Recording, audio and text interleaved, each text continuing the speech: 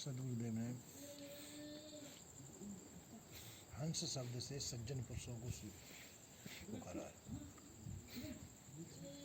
और दुर्जन दुराचारी व्यक्तियों को काग शब्द से बग शब्द से पुकारा है। हंस बग देखा एक रंग चले हरिहरे ताल।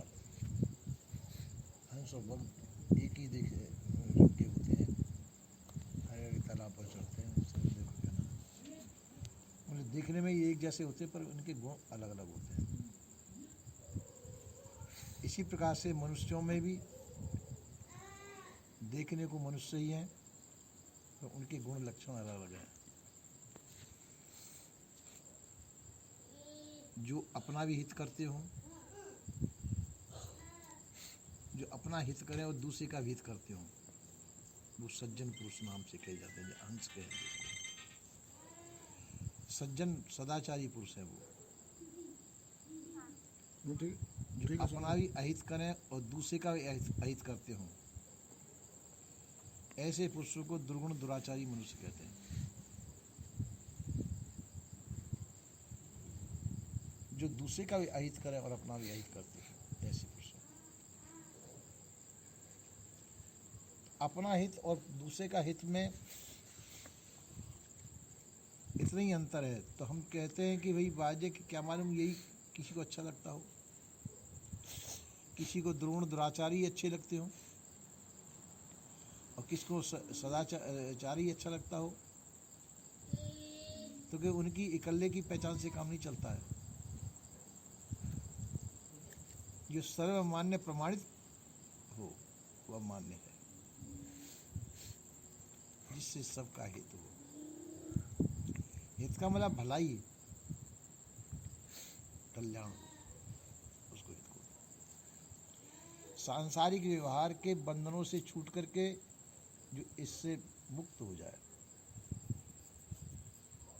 उसको हित भलाई कहते हैं।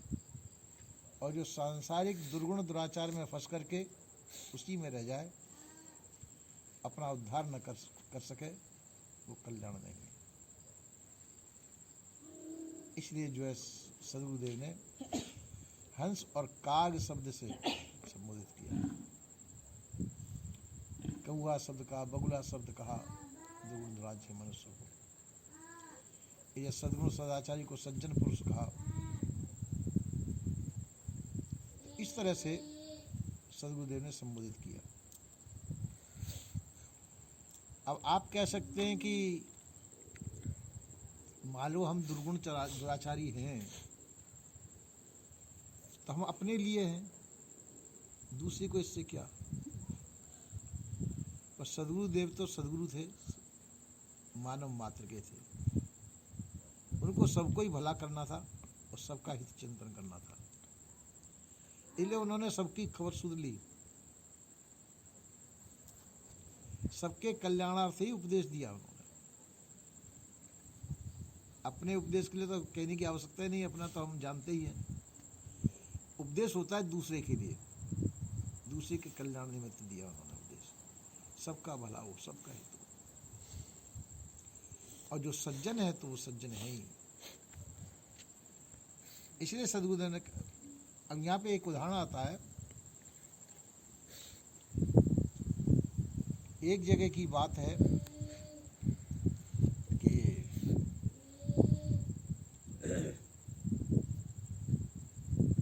एक जगह सभी जो है वहाँ पर जो है एक कौए रहते थे एक वृक्ष पे, और कहीं से उड़ करके हंस भी आ गया वहाँ पे। हंस आ गया तो हंस को देख करके वो सब कौए घबराए, इतना बड़ा पक्षी कहाँ से आ गया। सब काँव काँव काँव काँव काँव काँव करने लगे। बड़ा सुंदर पक्षी था। तो सभी कौओं ने उसको भगाने की कोशिश की, तो उसने कोई किसी का सुना नहीं, आराम से बैठा। लोग बाग दूर दूर से दर्शन करने के लिए आने लगे उसके। सुंदर पक्षी, हंस बहुत सुंदर पक्षी होता है। तो और ज़्यादा उनको जलन हुई उन्होंने कहा कि अभी ऐसे तो जाएगा नहीं, तो अपने जलन से इसका ऊपर कोई प्रभाव नहीं पड़ता है, इससे मित्रता कर लो। तो कौए ने उस हंस से मित्रता का प्रस्ताव रख दिया। हंस को कोई मतलब नहीं था, चाहे तुम मित्रता करो चाहे शत्रुता करो। हंस ने कहा ठीक है भाई, तुम्हारी इच्छा जैसी। उस समय एक साधु ने उपदेश दिया,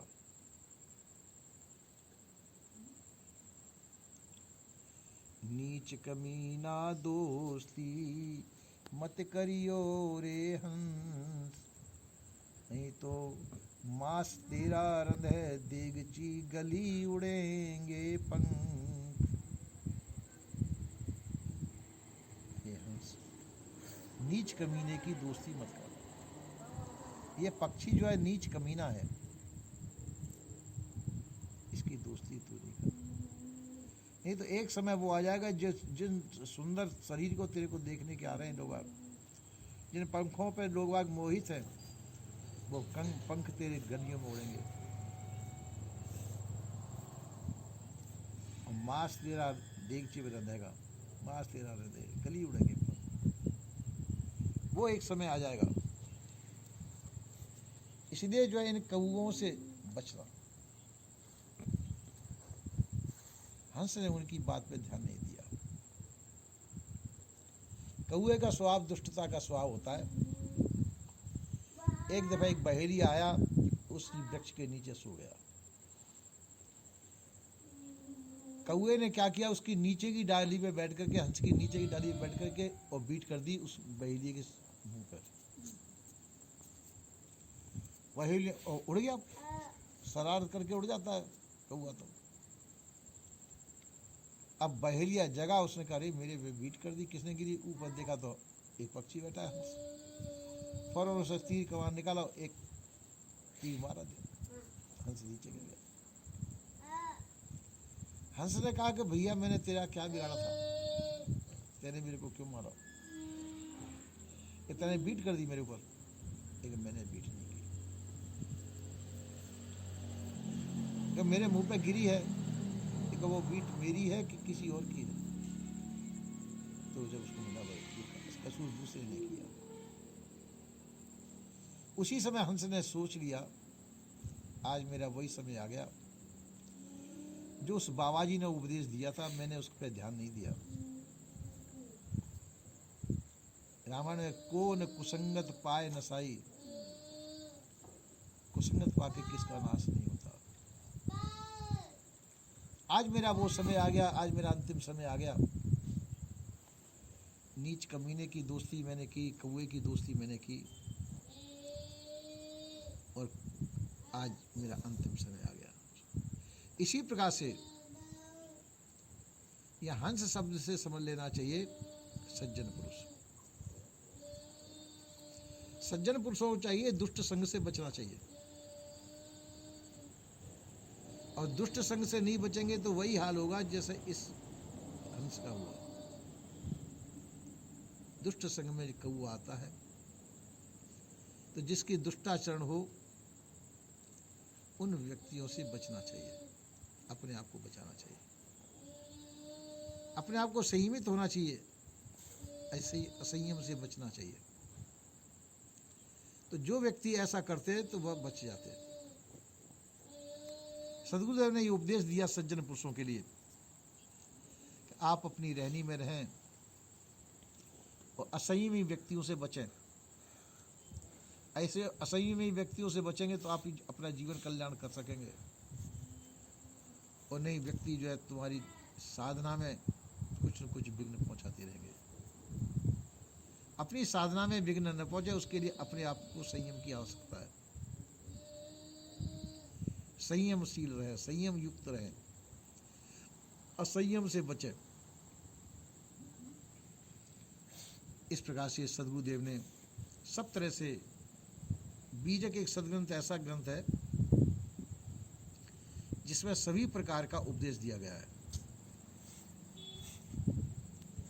पक्षियों पर रख करके उपदेश दिया है, सभी प्रकार से दृष्टांत को लेकर के, सिद्धांत को लेकर के उपदेश सदगुरुदेव ने दिया कि आप जो है अपने आप को संभालें, अपने आप को परखें, दूसरे को परखें और अपनी जहाँ जगह है वहाँ उचित जगह पर अपने आप को रखें, जिससे कि आपके जो है किसी प्रकार के व्यवहार में और साधना में खलल न पड़े और साधना सफल हो, आगे अपने कल्याण लक्ष्य की तरफ अग्रसर होते रहें। ये सदगुरुदेव का उपदेश है। बोलिए श्री सदगुरुदेव की जय।